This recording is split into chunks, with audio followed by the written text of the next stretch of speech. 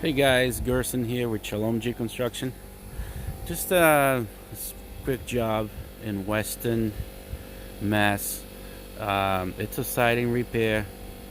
The guys did the roof, and we are now replacing the siding that butts up against the roof, and it was rotted along the bottom with the risk of leak or leakage. I'm trying to zoom in here. So the first step, of course, is get rid of the old siding. Check the step flashing, right? The flashing, the bent flashing that goes under the roof and up on the wall.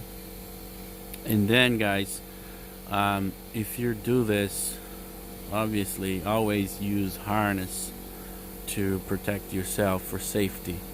Okay, and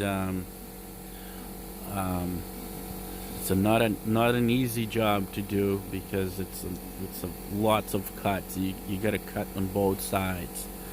And first, you've got to use ice and water shield going up on the siding, the siding sheeting, and it got to make sure it gets stuck, gets glued on the step flashing, to make sure it's nice and sealed. Okay, especially on the bottom. If you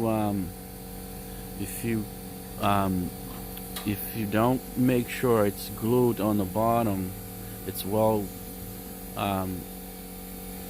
bonded to the step flashing, the snow will build up, and as you probably know, will create ice dams, and that it most likely it will leak.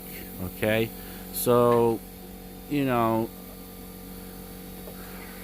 rid of the old siding. Make sure step flashing looks good. Next step, ice and water shield. I like to use Grace Ice and Water. It's GRACE, Ice and Water Shield. I think it's one of the best brands. And then silicone. Okay. The other thing that you got to make sure you use every time you have a seam here and there, you got to use silicone, a good exterior silicone. Alright guys, if you enjoyed this video, please thumbs up, and don't forget to subscribe for future videos. Thanks.